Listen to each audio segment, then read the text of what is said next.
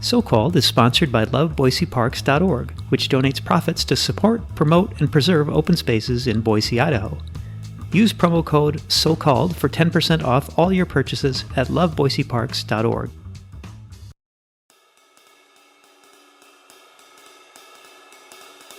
My personal mission is definitely tied to, elevating women's leadership in the world. The common thread throughout all of my job and my career has been this passion for justice and trying to make the world better.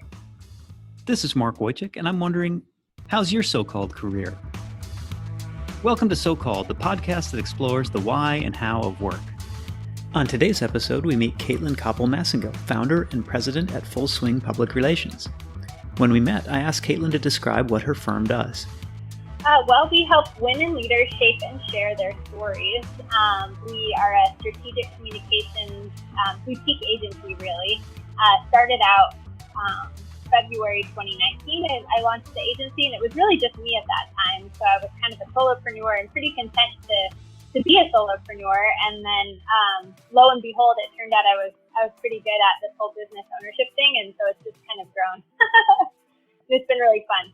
Has it grown just more clients, or has it broadened your focus in the services you provide, or all of the above? Both, actually. So my wheelhouse, I'm a former journalist and then worked in nonprofit communications and philanthropic communications as well as public affairs for many years. And I'm also a former elected official myself. So I kind of had this smattering of really interesting communications experience.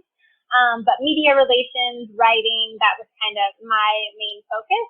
And the more that I learned about how marketing agencies work and how digital marketing in particular can really be used in an integrated way to help you amplify your PR results in the traditional kind of news media, the more I was told as like, this is a direction that we should probably move in. So now I have a head of digital marketing as well as a head of web solutions, in addition to a team of trusted subcontractors that help us really deliver for clients. So we've actually been doing a ton of work around launching digital products like e-courses, membership sites, and as well as building websites for clients, especially with women leaders. Oftentimes, women are uniquely and kind of like acutely connected to whatever it is they do for a living. So, the personal brand that is me, Copple Masingill, is also very tied to Full Swing.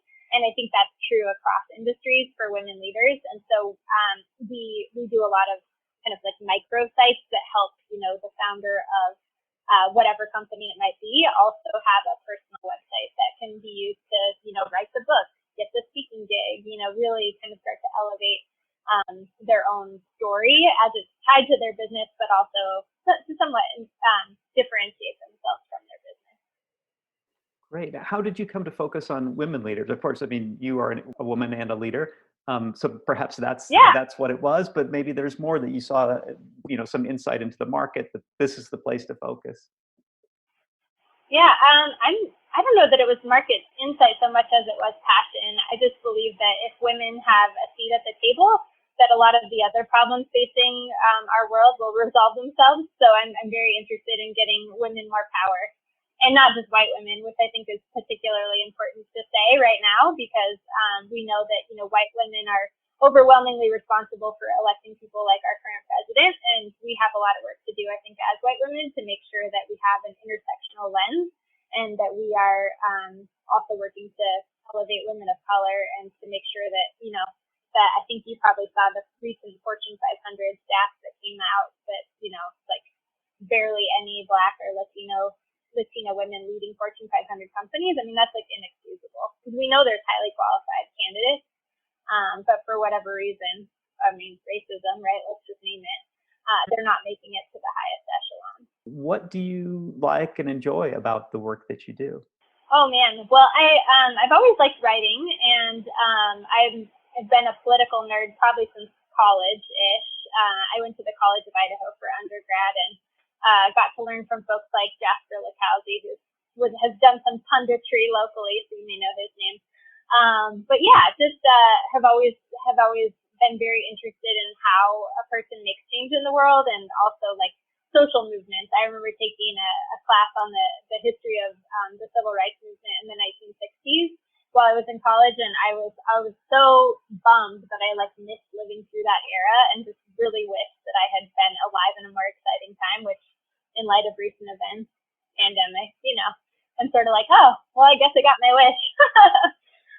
So I think those have always been major interests of mine. And then when I moved to Missoula, Montana after graduating from the College of Idaho in 2004, I entered a master's program in journalism and was fortunate enough to actually do my master's thesis on the Two-Spirit community, which is the LGBTQ community. It's not exactly analogous, but for lack of a better term, the Two-Spirit community in Montana's reservation communities, as well as in the urban Indian communities there. And so that was really interesting. That was also at a point when I was also coming out as part of the queer community, so it was personally really meaningful, and I think, made me acutely aware of the double oppression that people face in society, whether that's, sexism and racism, whether that's homophobia and racism, etc.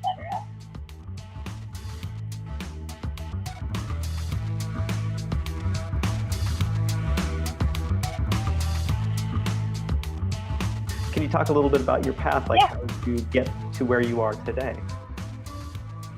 Definitely. Well, growing up, I desperately wanted to become an actress. And I was very passionate about musical theater. And that passion kind of, morphed into writing, I guess, after high school.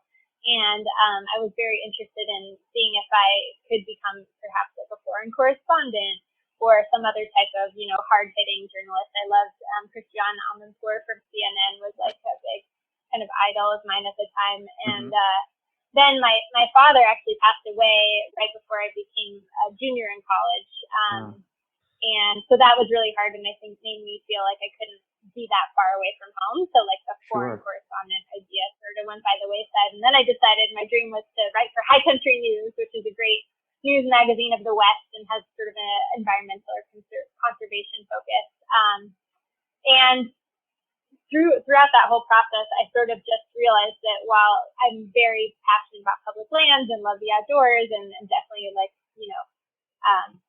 living in Idaho and then previously in Montana, I felt like the human piece was sometimes missing from those stories. And I think the environmental justice or just justice and social justice in general was really kind of what captured my heart. And so graduating from my master's program in 2007, the recession was,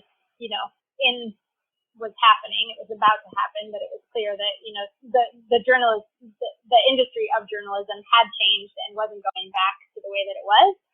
And so I decided that, maybe I wanted to figure out a way to use my writing skills to make the world a better place.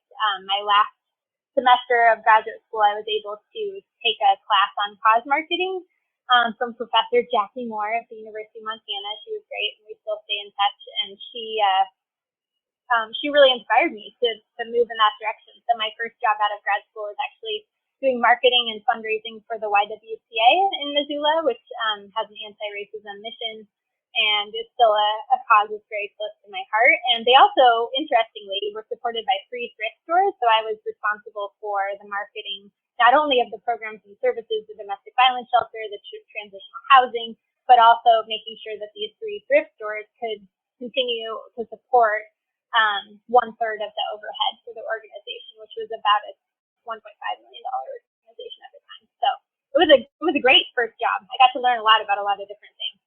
When you describe the things that you've been working on, and you mentioned already your passion for what you do now, and it seems to me like that's a common thread through all of the things that you have done. You're following where your interests, where your passions are. Yeah, I think my personal mission is definitely tied to elevating women's leadership in the world, and the vehicle through which I do that is currently full swing, and it's through communications, it's through writing, it's through helping them get elected, etc. But I think that the common thread throughout all of my jobs and my career has been this passion for justice and trying to make the world better. Part of following her interests and passions led Caitlin to run for office. One of her takeaways from this experience includes some solid career advice for others as well.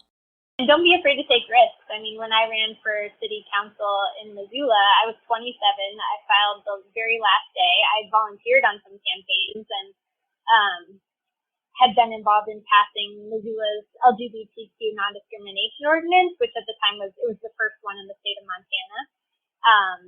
Montana, like Idaho, has no statewide protections for LGBTQ folks from getting fired or denied housing or public accommodation. So it was very important to me that this was the law, and I found out that the person that represented my neighborhood had voted against it, and I was like, oh hell no, there's got to be one place where you can't get away with this shit anymore. And so I hope, sorry, you can bleep me out if you need to, but so I was like, okay, somebody's gonna run against her, and I kept like trying to see if anybody would come out of the woodwork and run, and no one did. So the last day I was like, well, I guess I'm doing this because I just can't stand by and let her have a cakewalk to re-election.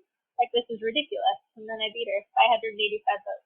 So it was definitely an education, and it also like really changed my career a lot because here I was having this part-time in quote marks city council position, but it ate up so much of my time that it was impossible as a by then I was 28-year-old to have like a real job. And so I ended up starting just an LLC for myself so that I could take on communications clients at that time and still be able to fulfill my council duties. And it was really, that was kind of my first foray into entrepreneurship, but it was really just so that I could accommodate my city council obligation. And then I took a more typical job after that.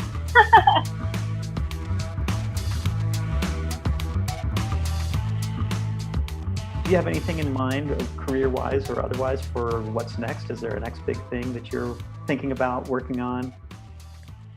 Well, I actually just soft-launched a new project with a friend of mine who's a professor at the University of Montana, Dr. Christina Barsky, and it's called Electable, and it's a membership site to help women decide to run and then gain all of the skills and tools that they need to mount a successful campaign for local office. And we're really targeting the flyover states, if you will, so states like Montana, Idaho, the middle of the country, where there are all of these opportunities, whether it's a school board, a highway district, a city council, a county commission, as well as, things like the sheriff, where women are, totally underrepresented in law enforcement in general, but particularly in leadership positions. And we're just really hoping to get more women interested in actually stepping up and running for office and feeling like it's something that they can do without having to raise like, $50,000 and hire a professional strategist. And both Christina Barsky, my partner in this endeavor, and I have been, worked for public affairs firms, and we know kind of what that side is like, and it's not cheap, right?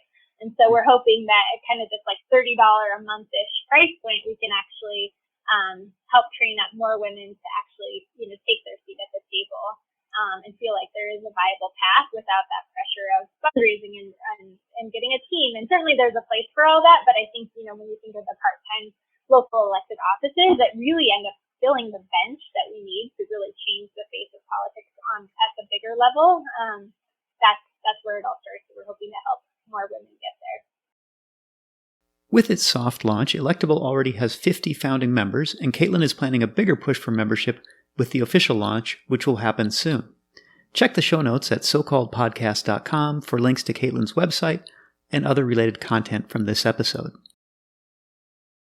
You mentioned some mentors in your past.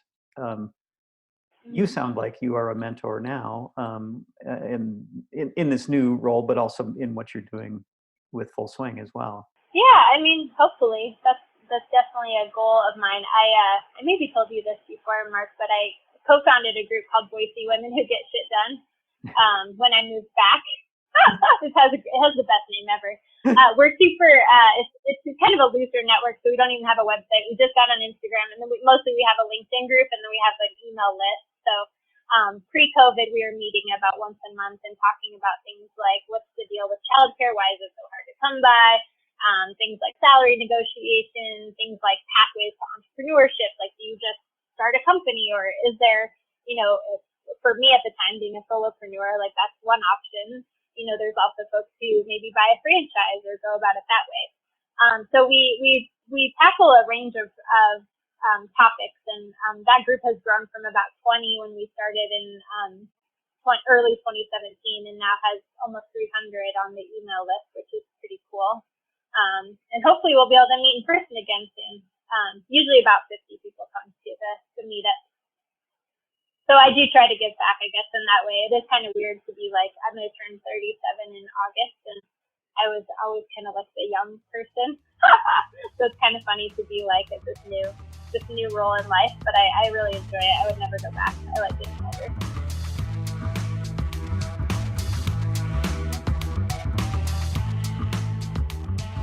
Thinking of your career, what advice would you give your younger self? I would say probably just like have more fun and don't worry about it so much. And I see this a lot with young people I talk to now. Even we have an intern at Full Swing who's lovely and just graduated from UW. She lives in Seattle. And I constantly tell younger people, like, just really pick the thing that interests you right now and trust that it's going to lead to the next right thing. And then also pick based on team. Like, I every job that I've ever had prior to starting Full Swing, and even with Full Swing now, I mean, just I've been really lucky to work with an amazing caliber of folks, and it's been really meaningful. And I think, many of my best friendships to this day have grown out of workplace. So Called is sponsored by loveboiseparks.org, which donates profits to support, promote, and preserve open spaces in Boise, Idaho. Use promo code SOCALLED for 10% off all your purchases at loveboiseparks.org. Our theme and transition music was composed by Roberto Cavaco. All other stylings are the sound of my voice. If you enjoyed today's episode, please let us know. Subscribe and leave us a review. So Called is available on Apple Podcasts, Google Play, and wherever you get your podcasts.